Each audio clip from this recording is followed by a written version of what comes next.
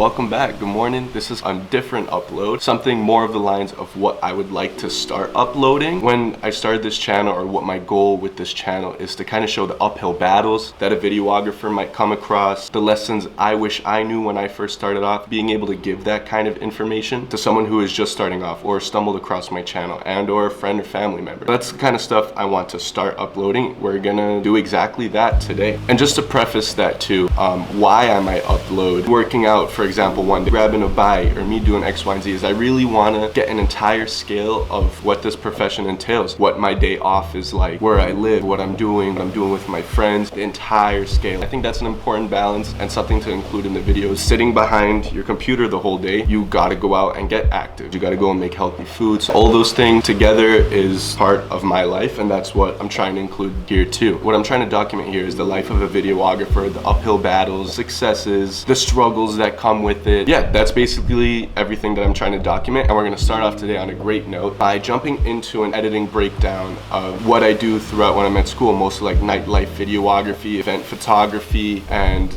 the entire process, start to finish.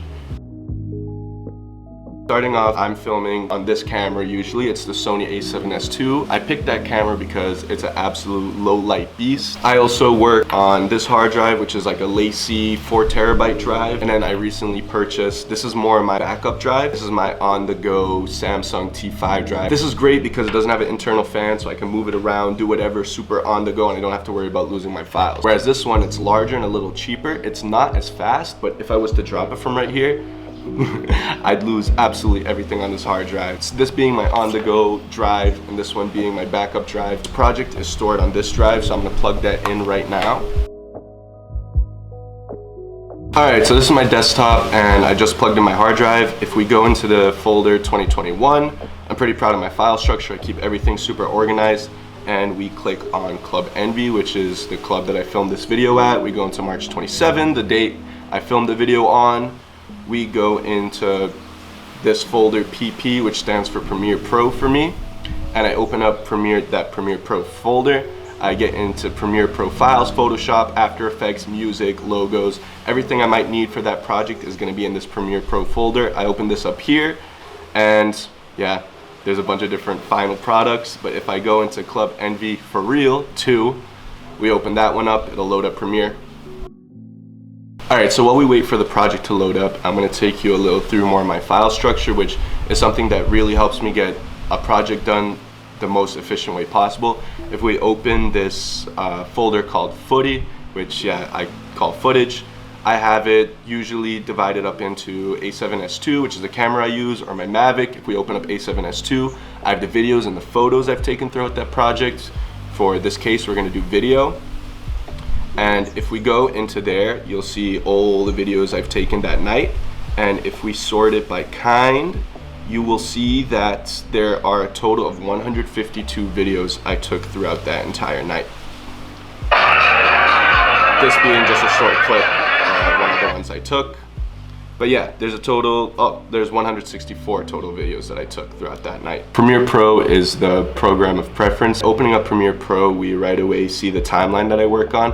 I have a final timeline and I have an original timeline. The original timeline is usually, I'll lay out all the clips on the original timeline. Out of 162 videos, it ended up being like an hour of footage. So what I'll do is I'll throw it on the original timeline. I'll zip through that 1 hour long timeline of footage, and I'll take the best parts. That original timeline, if you click here, I thought great clip, for example. So I cut the front end and the back end, and I only kept the most important parts. So if you go through this original timeline, for me at least, you'll see all things that I really like. This being a funny clip, for example. But yeah, these are all the best moments of the night. And then from that original timeline, what I'll do is I'll drag a clip that I really like and I'll put it into the final timeline. And that's usually my workflow for creating a final timeline, a final video. Right now, we'll play that entire video right now.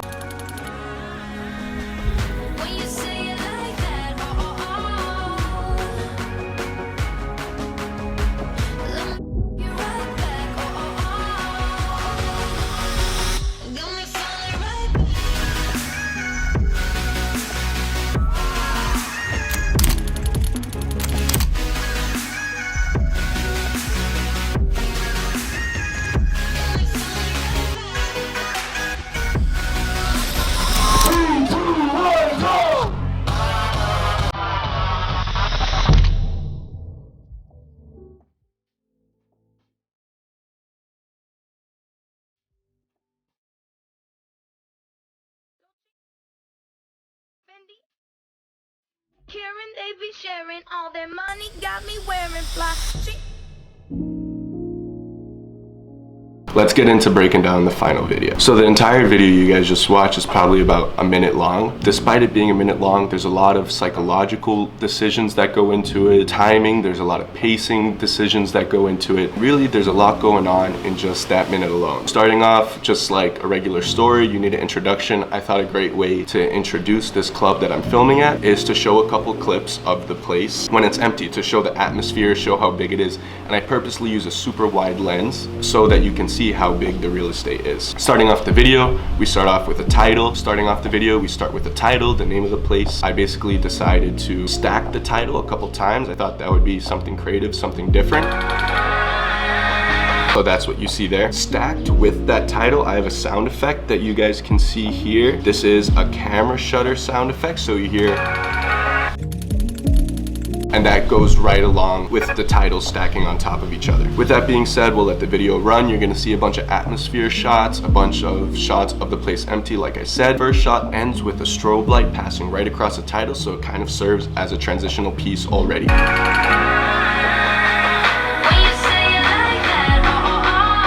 All right. After that initial clip with the title of the place, you see about 4 clips that show the venue. After I showcase the venue a little bit, I get right into a shot of the DJ, and you can't tell that the club is full already. You can't tell if it's empty already. It's just a shot of a DJ performing. With this, the camera leads right into the DJ table, which kind of signals that, all right, the event is starting, the DJ's here, the lights are on, we're moving, the night is ready to start. That's what that says right there. Right after that, the DJ is almost in the center of the frame, a little more towards, if we think of the room, we have it like this, the DJ is right around this side. In order to create a smooth transition from that clip to the next, you want to match where the subject is. So if the DJ's here, ideally you would like the subject to be here next, right where the DJ's head was, so it kind of creates in your head a smooth transition of, oh, my eyes don't have to do work to find out where the next subject is. It's just very pleasing and very entertaining and easy for the eye to see. The reason why this is important is because in a video like this, you want to try to retain the audience's attention for as long as possible. And especially when looking at ads, sometimes the first thing you want to do is click off. The more tricks, the more fast paced you can make things from the start, the more likely it is for the audience to stick around throughout the entire video. And I do those kind of tricks all throughout the video. Change something up, do something different so that the audience sticks around and sees the entire video that I just worked super hard on, and yeah, sees how fun the club is. Throughout that entire sequence, you see exactly what I just explained. The center of the frame right now is where I want the audience to be looking. So I'm gonna make sure that all the subjects are in the center of the frame. We look at this clip, it's zooming in, and into the next clip in the center of the frame. Center of the frame, center of the frame, center of the frame with their hand, center of the frame with their hand like this, center of the frame again. And all throughout this, you see me zooming in. It just creates a more dramatic effect, and to make sure you're looking at the middle every time. So let's watch that one more time through.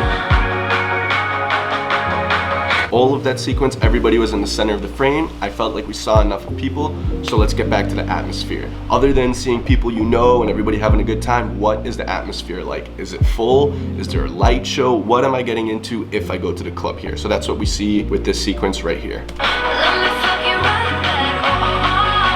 We see the DJ, we see some more people. That's all you're seeing. People partying, people drinking, people having a good time. So what's different? 10 seconds into the video now, we might lose people's attention. So I decided to do something different. I decided to have partying on the lower end, but more of like an atmosphere shot on the top. Instead of seeing an entire thing, now your brain is looking at 2 different parts of the video stacked on top of each other. Just something different, something to maintain, like, oh, we're not just gonna see the same thing over and over again. I switched it up here. Basically what I did is I took the transform tool and I got 2 clips and I moved them up and down so that they're on top of each other, like you saw there. I just move the transform tools, and if we zoom in, we undo that, you can see that they're 2 clips basically stacked on top of each other. So let's watch that through from one more clip back. Top, switching.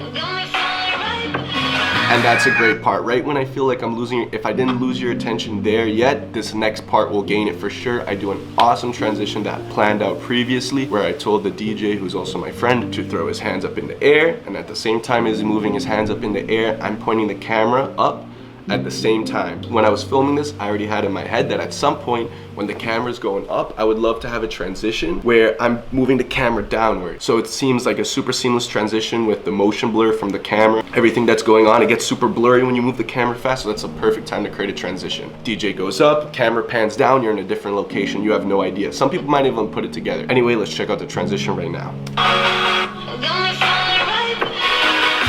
Boom, you're in a different scene, you see people partying, and something that's super important is these videos can get very stale, they can get very boring, very quick. You're trying to grab everybody's attention, and sometimes that's difficult to do. So what I'm trying to do is I'm not just trying to grab people partying, I'm trying to grab people partying, the venue, somebody throwing their hands in the air, somebody blowing a kiss, lights, the DJ doing something funny, DJ table doing all kinds of transitions to keep everybody's attention, spinning, rotating, zooming in, zooming out, moving from left to right, right to left, and then when I get back to the editing board, I try to stitch all those things together. When you do that, you get something like this. Right there's a perfect example. I move from left to right, and in order to keep the seamlessness of this, left to right, and then yeah, I switch it up, and there's so many things that are going into play here, like a lot of psychological reasons. If we go back to that rule of thirds and keeping somebody in the center of the frame, or the left of the frame, the right of the frame, the top, whatever, right after that transition from left to right and then right to left, after that very seamless transition, I keep somebody in the center of the frame. So your attention is still focused, but now I'm not going left to right, I'm not going up to down. I can do something totally different since I already have you looking at the screen. So that's what I do. I break the seamlessness because maybe now you're getting used to everything moving super seamlessly, and I move it up and down. But that's okay since I have somebody in the center of the frame. And here we're a total of 20 seconds into the video, and I felt like if I lost some people's interest in the video already, I might have lost them, but if I have some people on the verge of clicking out of the video already, let me do something different. Here is something that I do that's very unique to me. I do this photo transition, so I'll let that play out right now. Basically, that photo transition, there's a lot going on. I'll open up the nested sequence. As you can see, there's a lot of sound effects. You hear the camera shutter, you hear an initial like bah, bah. So that's trying to grab your attention again. It's not just photos popping up, there's magazine rips in between, there's audio cues that are grabbing your attention. And if we click into this nested sequence specifically, really if we go by it frame by frame, you can see there's a bunch of photos I took throughout the night and I stacked them on top of each other with magazine rips. And this is something I thought of maybe like a year or two ago, just to do something different in a video that might grab your attention again. There's not much more to it than that. Yes, it looks really cool, but my main goal here is do something cool that's gonna grab your attention. So I stack, in reality, a bunch of photos on top of each other, and a lot of people ask me how I accomplished this transition. I don't do it in Photoshop, I don't do it in Premiere. Let's open it up and check out what it looks like. All right, so if we look into the Premiere Pro nested sequence, you can see there's a total of, my computer's being a little slow because it's a lot. There's a total of 30 layers. And really what I'm doing here, if we look at it, you can see that all these pink files on the computer screen, pink bars, are photos. All the green ones stacked on top of the pink ones are magazine rips. And when you do it all together and you do it super fast, it creates this awesome transition. So if we go frame by frame, you see it's a picture of the DJ, a picture of the crowd.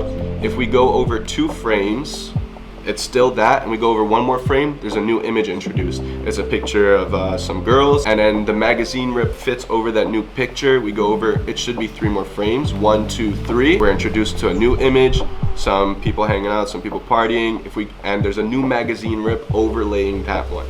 So there's so many things happening, it's supposed to grab your attention. We go over 3 more frames, a new picture, you get the message, 3 more frames, magazine rips on the side of the picture so it matches, and they're overlapping each other.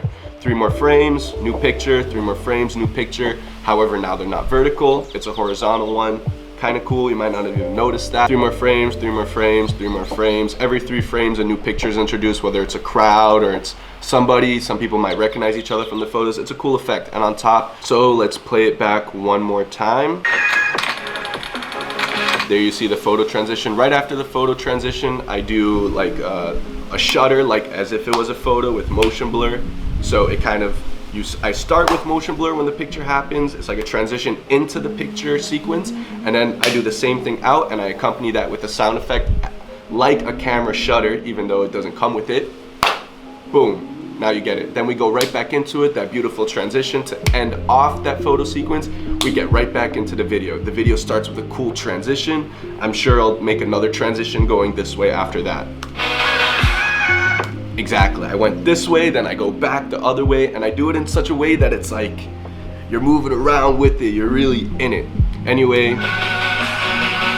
you can see a lot of the same stuff that I've been hammering throughout this entire video. If somebody's in the middle of the frame, we're gonna keep them in the middle of the frame. Somebody's on the left of the frame, try to keep the attention towards the left of the frame. Let's watch that back one more time. Center of the frame, center of the frame, center of the frame. Super quick, all those sequence, if you hear right there, they're going to the beat.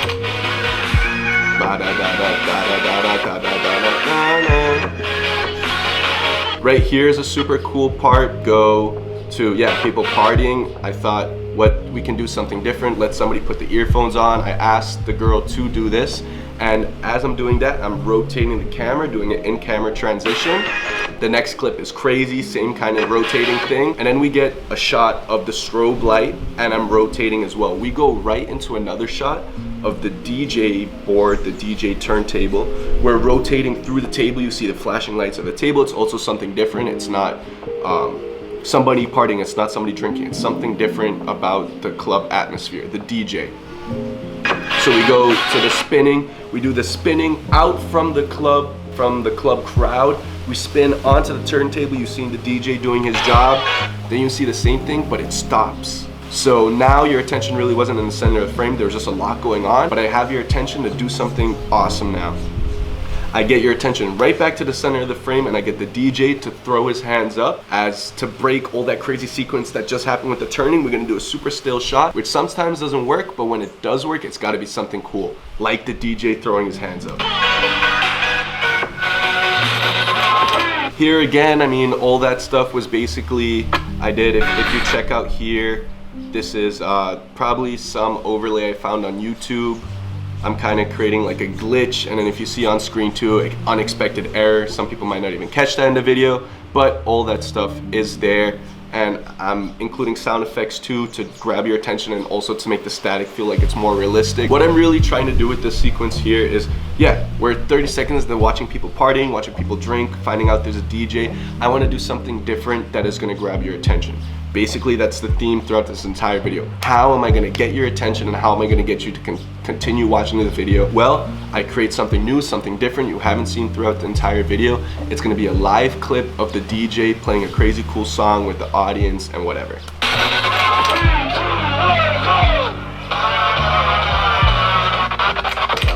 Right there, I'm watching this video at the same time as you guys, so I'm seeing things that I might not have noticed on my first time and finding out reasons, as this is an old video, of why I did certain things. So with that live clip, I'm doing something different to catch your attention. I do that same thing with the shutter, with the motion blur to transition into a new clip because it is different. I throw an overlay matching what the DJ is saying. 3, 2, 1. I add a cool like overlay to the text to attach it. It's kind of like a static thing. By making it black and white, I'm kind of trying to create this image that it's a flashback to the night. And yeah, I think it's a cool thing too. It's again something different that's going to catch your attention, and you can hear audience cheering. It's not just a video. Everything together, I'm trying to grab your attention just one more time.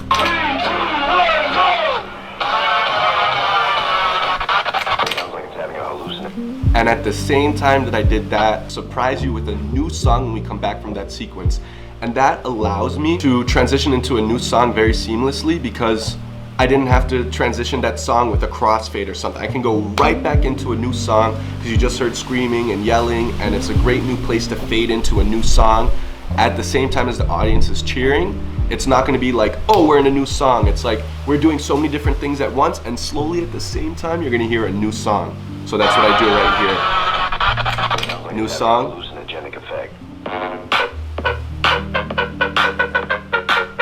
And I mean, at this point, I'm not really doing anything new. It's still people partying, people having a good time.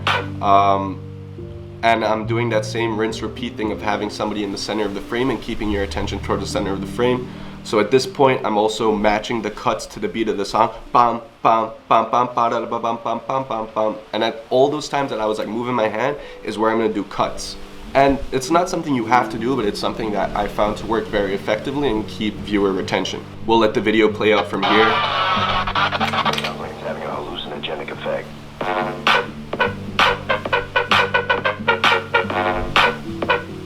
Some clips are longer, some clips are shorter, but essentially it's the same thing. People partying, people having a good time, trying to keep everybody's attention towards the center of the frame where I want you to be looking. Gucci, Fendi, Karen, they be sharing all their money, got me wearing fly shit. And yeah, with that being said, that's the end of the video. The video probably took me about 4 or 5 days to make just because I moved the camera. You can see none of those transitions are really done in Premiere Pro. I move my camera in certain ways and I try to stitch. If I'm going up to down, then I'm starting from down to up. And if I'm moving left to right, I'm going right to left or doing left to right again. I try to blend all those things together when I get back to the editing program. With that being said, let's watch this video one more time and then I'm gonna close out the video. And this time when we watch the video, try to keep all of those things in mind that I was talking about throughout this entire video. Keeping somebody in the center of the frame, losing your attention, trying to gain it back, trying to notice all the things that I'm doing in order to keep your attention throughout the video. Anyway, 3, 2, 1, let's watch it through one more time from the top.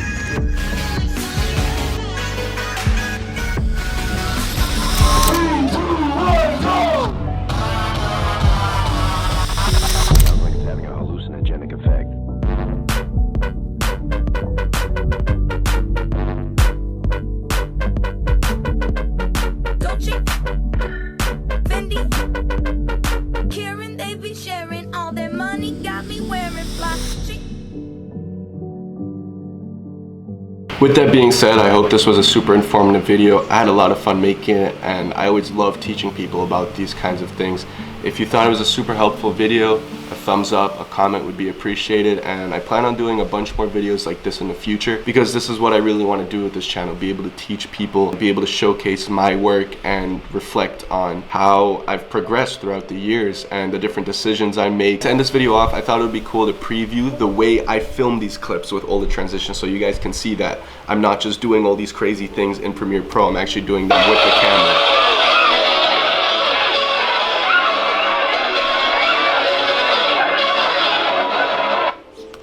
So it is a little laggy, but as you can see, my camera usually isn't straight. I'm moving it left to the right. I'm moving it left, I'm moving it right. I'm going from up to down. I'm probably gonna go back up. There you go. Left, going right. I'm really trying to create a bunch of possibilities so when I get back in the editing software that I can try to connect all these clips and make a super seamless video. While this did take me 5 days to edit, it's a video I'm really proud of, and it's a video that got a lot of great feedback, and I'm really proud to be able to make an editing tutorial on it now. I'll leave you guys with one final snippet of what my timeline looked like. You can see all the different effects, everything that came into play. I'll see you guys in the next video. Thank you so much for watching. I hope you learned a bunch out of it. Take care.